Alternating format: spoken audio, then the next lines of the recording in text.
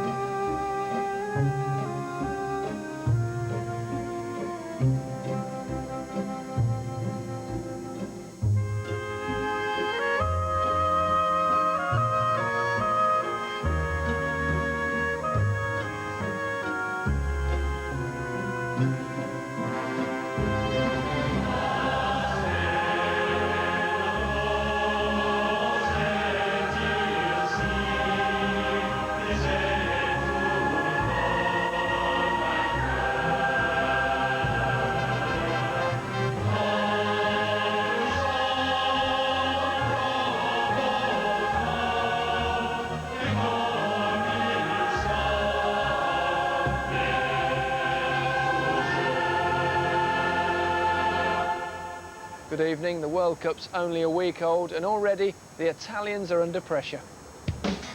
The critics are gunning for Cesare Maldini. They say his team's as bad as his haircut. Mind you, the Azzurri are notoriously slow starters. Remember this from 4 years ago? Knocked down by Houghton, goes for the shot. This time around, only Roberto Baggio's controversial penalty spared their blushes. How would they respond against Cameroon tonight? That's our main match. Also in Group B, Chile met Austria, with Marcelo Salas looking to add to his first match brace. We'll take an alternative view on the World Cup so far.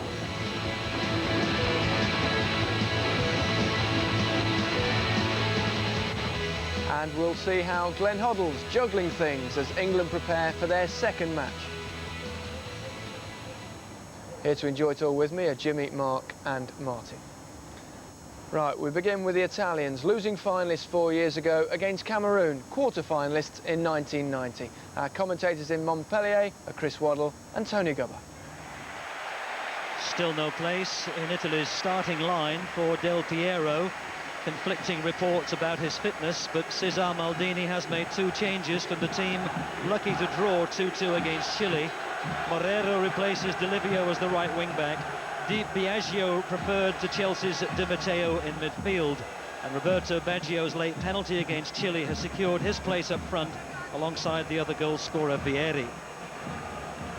Cameroon also drew 1-1 in their opening game against Austria. They make 1 change. In place of number 14, Simo, they've given a start to the youngest player in the tournament, number 20, Solomon Olembi, who's just 17.5 years of age.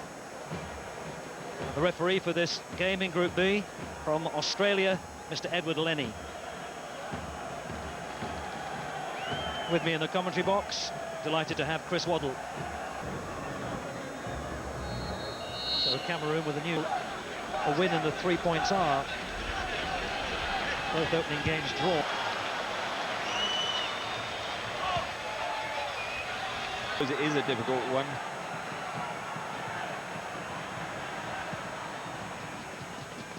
Austria have escaped. Well, Mark, that's the second time we've suffered that game today. I mean, it was a fairly painful watch, even with just a little second-half edit, but good winning goal, nevertheless. Yeah, Equaliser. well, certainly the equaliser was top draw, and I think certainly an unstoppable shot. But I think it was turgid, the game today. I felt that certainly Chile were trying to win the game. I didn't really feel that Austria, at any stage, really tried to win the game. They sat back. They said, "Well, let's see what you've got with Chile," and never really poured forward. And Chile had only themselves to blame. The fact that they got themselves in front, they conceded such a late goal, and I think Austria are either a very, very lucky side, or I think they've got the get-out-of-jail card twice now, two last-minute goals. They look a very, very poor side, and Chile tonight, they'll be looking at that and thinking, we should really have got the 3 points. That's right. There's still quite a lot of confusion and doubt surrounding Chile's goal, whether it crossed the line, who scored it, so why don't we have another look? Yeah, I think that certainly in the first place, I'm not sure it was a foul, but anyway, that says maybe that was on Acuna, and Shearer crosses the ball in. Good movement by the Chilean forward. Zamorano gets his head to the ball. Good save, I thought, by Consul. And then the second touch came from Salas, and that doesn't really show us a great angle, but eventually when we see it again the ball comes in from the left-hand side from Shearer. I mean, the goalkeeper straight away saying it wasn't in. Here it comes again. Zamorano, obviously, good save. There's Salas. That doesn't show us anything, but it's the third angle that's a really, because he made the save, then took it over the line. You just look at that last shot there, remembering that the whole of the ball has to be over the whole of the goal line. I thought it was. Huh? Even if 1/16th or 1/32nd of the ball is still on the goal line, it is not a goal. I thought it was all over, Jim. Yeah. I don't think so from that last shot. It is if the linesman or the referee's assistant gives it, Martin. Like they did in '66. That was a goal, clearly over the line, wasn't it? Linesman's given it. Referee has decided to it. Austrians haven't really complained eventually. Chileans thought it had gone over second time round, third time it's given. I thought, well, let me put it this way, I'm going to be really controversial. I thought they deserved to get the goal simply because Austria didn't deserve anything from the game. Jimmy, it wasn't just the lack of quality in the play that irritated you, was it? No, and I don't go along with that line about Austria to start with, because I think they were very badly dealt with by the referee in that game. Apart from inconsistency, it seemed that it broke against them all the while. We're going to have Taken Rokas here with Czerny. Just watch this. Look at that foot up there. No yellow card in that circumstance. He went off at half-time.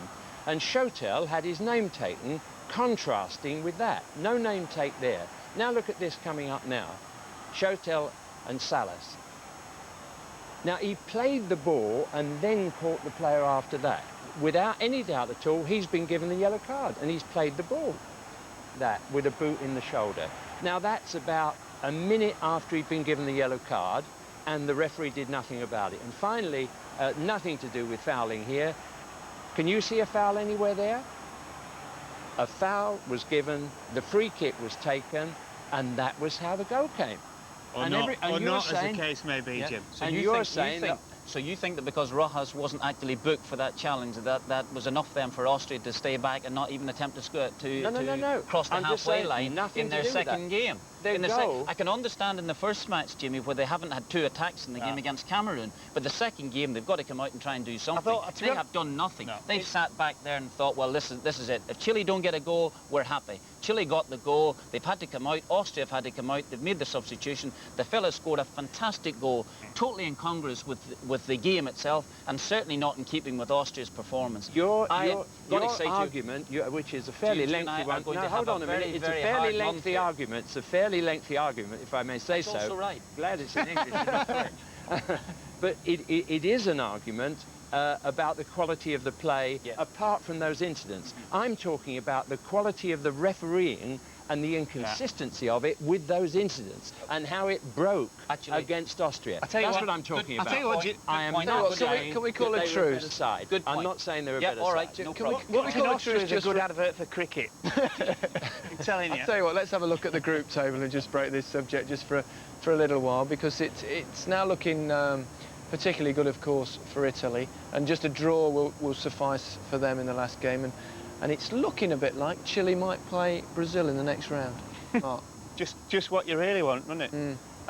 And certainly the fact that, the problem with Chile was 2-1 up against Italy, and the penalty. You know, we talked about referees, and Jimmy's talked about the inconsistency of the referee today, and the penalty given against Chile really was diabolical. That's one of the worst decisions we've seen in the World Cup so far. So they would really have been sitting pretty. They would have been in a better position than Italy, unfortunately. Well, we've had one lengthy argument, so we better cut it short there and move on. Now let's see what England have been up to following their uplifting win against Tunisia. Our man in the camp at Boule is Ray Stubbs.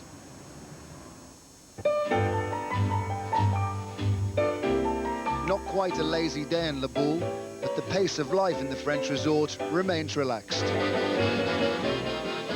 The merits of a flat back four against 3-5-2 didn't get much of a mention from the locals. Their celebrated English visitors went through an afternoon training session, and the main talking points. Firstly, the non-appearance of Gareth Southgate, who has an ankle injury. How serious it is will only able to be evaluated tomorrow. And how David Beckham has reacted to being left out of the starting lineup. I was desperate to play in that game, you know, even get on the last 5 minutes. I was desperate, but, you know, in the end it's up to the manager. And when Victoria come out, then, you know, it's a bit more comforting for me. But, you know, you can never really get over something like that because, you know, I'm the sort of person that always wants to play in every game. And if I'm not, then, you know, no one can really do anything about it. You know, I've been working hard in training since we met up with the squad, but you know, I'm trying to work a bit more harder now to get in the starting 11. But in the end, it's up to the manager, and you know, the manager picks the final 11. If I'm not in it again, then you know, I'll have to work harder.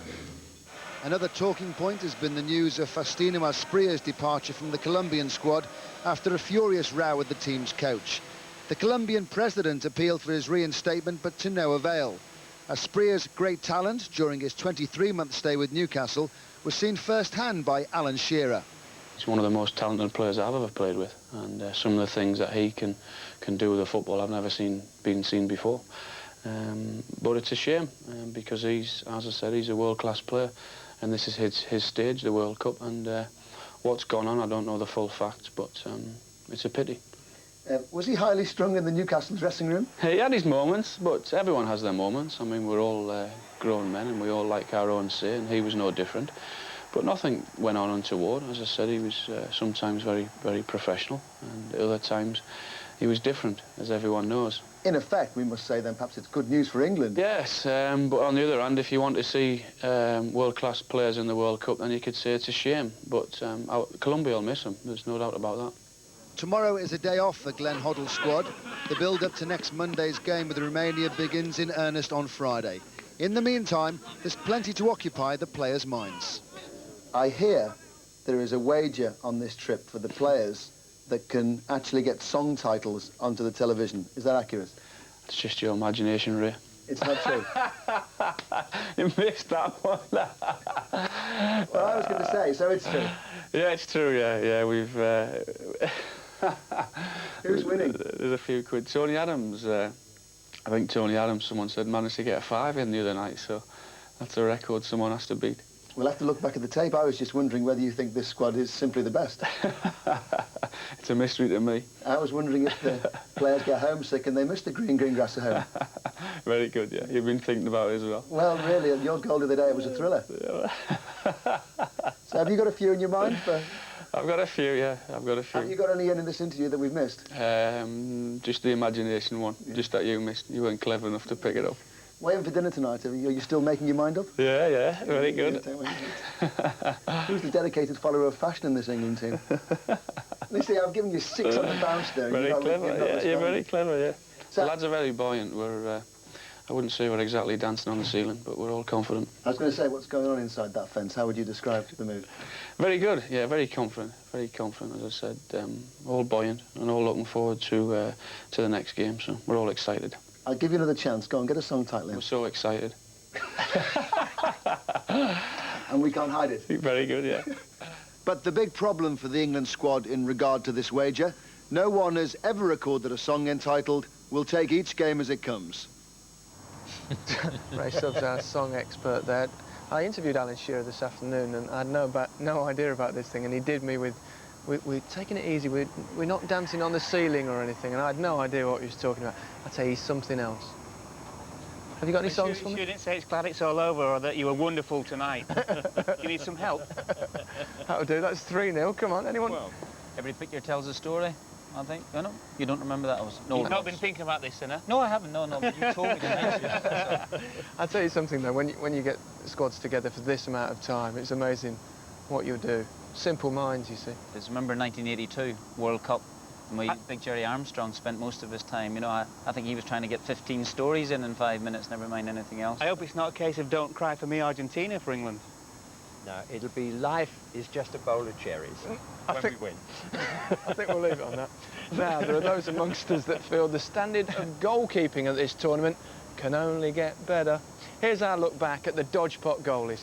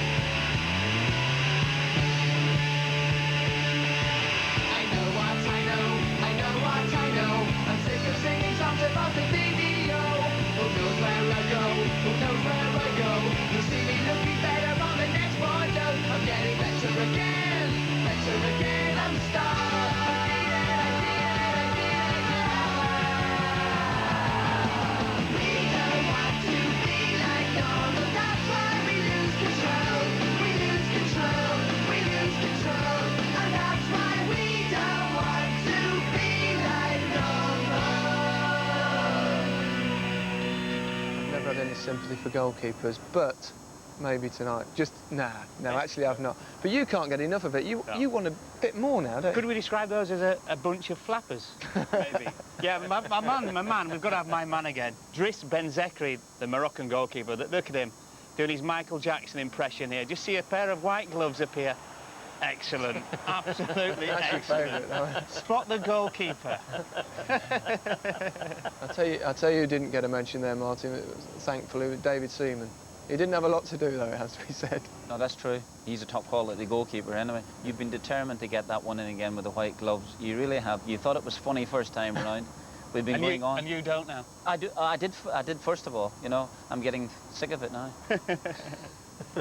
Jim Leighton got a little mention there. It's a bit unfair. He's had a good tournament, Jimmy. Yeah, he has. Yeah. Very, you know, at 39 years of age, it is a challenge for somebody like that, goalkeeper or not. And being an oldie myself of some description, just over 39, I'd love to see someone like that, an athlete, still fit, still at the peak of his profession. It's a delight. Yeah. There are some good goalkeepers here. Right, what better time than the end of week 1 to get our alternative view of the World Cup? Karen Buchanan has been out amongst the people.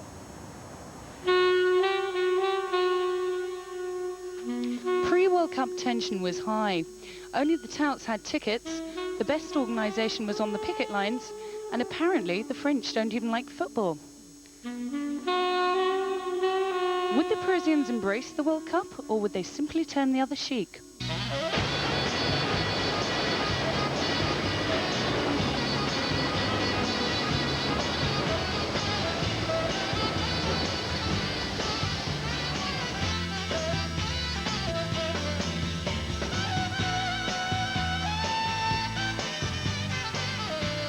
The opening ceremony was gloriously surreal. As the Itza Knockout rejects strutted their stuff, the only thing missing was Stuart Hall's infectious cackle. The Scots had high hopes that they could beat Brazil.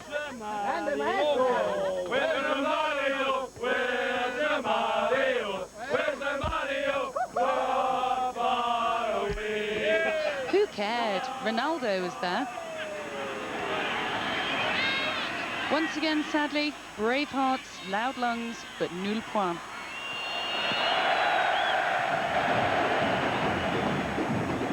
For 20,000 Brazilian fans, this camp on the outskirts of Paris was a home away from home.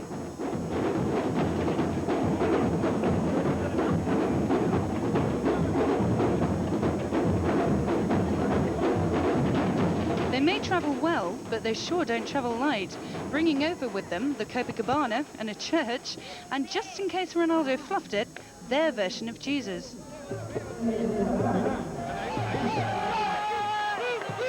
The only thing many hadn't bought was tickets.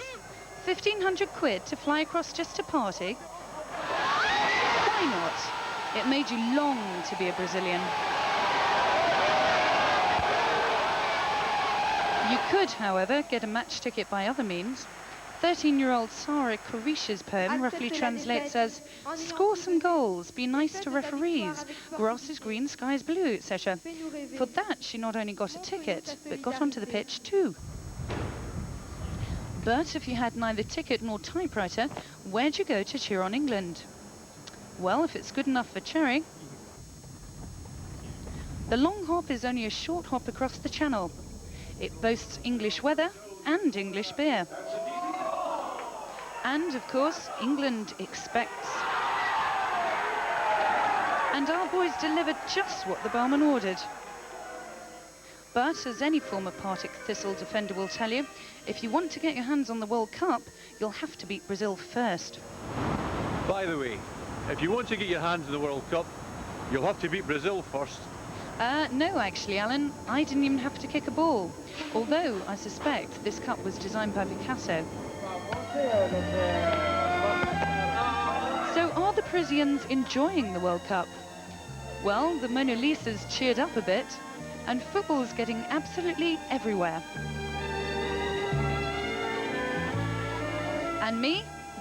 Well, I still haven't got any tickets, and I still can't samba. But what I have got is a top souvenir. Ready? That's lovely. That's lovely. That's actually quite flattering, isn't it? I'm Ronaldo, of course. Highlights of the first week, Martin. What have you enjoyed most? Just being here, Gary. Honestly, it's been fantastic for me. I've thoroughly enjoyed it. Occasionally, I've enjoyed Lawrenson's company. And I have to say I've enjoyed Jimmy's company immensely. We were arguing a little bit here and there. Okay, it's been terrific. Some matches, Spain-Nigeria was a fantastic game.